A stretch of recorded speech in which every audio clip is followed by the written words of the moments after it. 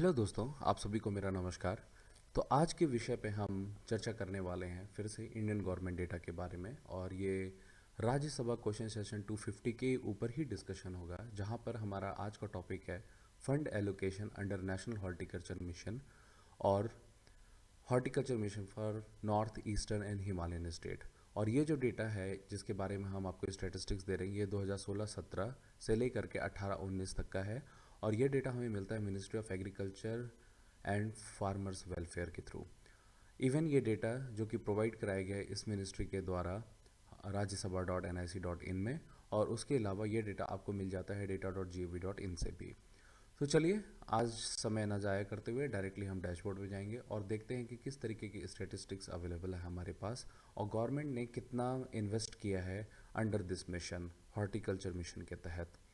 और ये सारे जो डेटा यहाँ पे प्रोवाइड किए जाते हैं, ये राज्यसभा के क्वेश्चन सेशन के थ्रू होता है, जहाँ पे हमारे एमएलएस जो होते हैं वो आंसरेबल्स होते हैं। गवर्नमेंट रिस्पॉन्सिबल होती है हमारे सिटीजन के प्रति और ये आंसर्स देते हैं कि वो कितना डेवलपमेंट हुआ है, और ये सारा फैक्ट डेटा के थ्रू अवेलेबल कराया जाता है। तो चलिए अब सीधे डैशबोर्ड पे चलते हैं। तो जैसा कि आप देख रहे हैं यहाँ पर सबसे ऊपर मैंने बार चार्ट में रिप्रेजेंट किया है। तो जैसा कि हमें यहाँ दिख रहा है कि 2016-17, 17-18 और 18-19 में एक शार्प इंक्रीज़ है।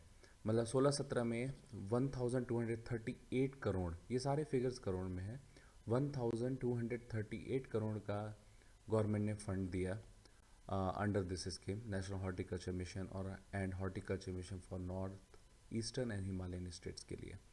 उसके बाद 2017-18 में इसको करीबन 1000 बढ़ा करके करीबन 100 बढ़ा करके ये हो गया है 1397.6 करोड़। और फिर 2018-19 में ये करीबन 500 बढ़ा है, जो कि हो गया है 1846.80। तो जैसा कि हम देख पा रहे हैं कि एवरी ईयर यहाँ पर एक इंक्रीज़ है। और इवन सबसे ज़्यादा जो शार्प इंक्रीज हमें दिख रहा है वो 2017-18 से 18-19 के बीच में दिख रहा है। तो काफ़ी हद तक इन्वेस्टमेंट जो है एवरी ईयर बढ़ रहा है, और आई बिलीव कि 19-20 में भी काफ़ी इन्वेस्टमेंट बढ़ा होगा, और आगे के कमिंग ईयर में भी हॉर्टिकल्चर्स के लिए हमारी गवर्नमेंट बहुत इन्वेस्ट करेगी और ये फंड बढ़ता ही रहेगा। अब देखते हैं स्टेट वाइज। तो स्टेट वाइज जैसे हमें दिख रहा है कि दिल्ली सबसे लो पे है, उसके बाद दादरा नगर हवेली, लक्षद्वीप, दमन दीव, आई थिंक ये सारे ये जो आप देख रहे हैं लाइन से यूटी हैं, और इनके साइज़ भी एक्चुअली काफ़ी कम है। और उसी के साथ अगर हम देखते हैं कि सबसे ज़्यादा जो इन्वेस्ट हुआ है वो हुआ है महाराष्ट्र में। तो महाराष्ट्र पे चलिए नज़र डालते हैं। सबसे पहले 2016-17 में 89 करोड़, 2017-18 में 109 करोड़, और उसके बाद 2018-19 में 158 करोड़ इन्वेस्ट हुआ है। फिर उसके बाद नंबर आता है गुजरात का। गुजरात में 71.4 करोड़ था 2016-17 में, 17-18 में 91.4 करोड़, और 18-19 में ये बढ़कर हो गया 127 करोड़।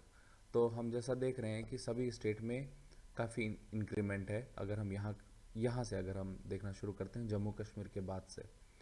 और अगर कर्नाटका की हम बात करें तो कर्नाटका का काइंड ऑफ 16-17 73 करोड़ था, उसके बाद 17-18 89 करोड़, बहुत थोड़ा सा ही इंक्रीज़ है, फिर 130 करोड़ है। और सिमिलरली अगर हम यहाँ देखते हैं उत्तराखंड में, तो 17-18 में इवन ये कम कर दिया गया, और जब 18-19 में 55, 16-17 का यहाँ पे स्टेटिस्टिक्स ही अवेलेबल नहीं है।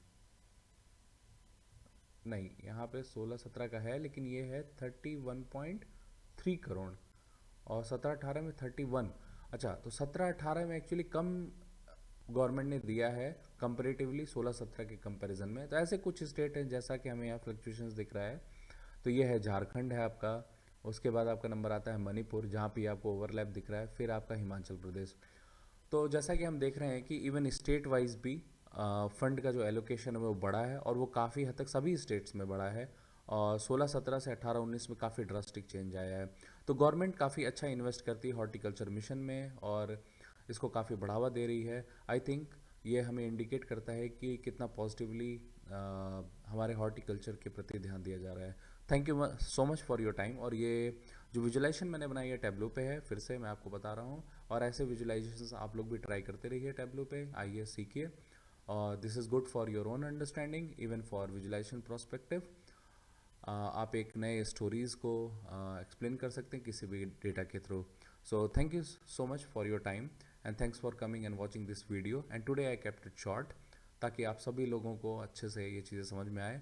और मैं आप सभी को इनकरेज करता हूँ कि आप खुद भी ऐसे नए नए विजुलाइजेशन सीखते रहिए और इसी तरीके की नॉलेज लोगों के सामने लाते रहिए। Thank you so much.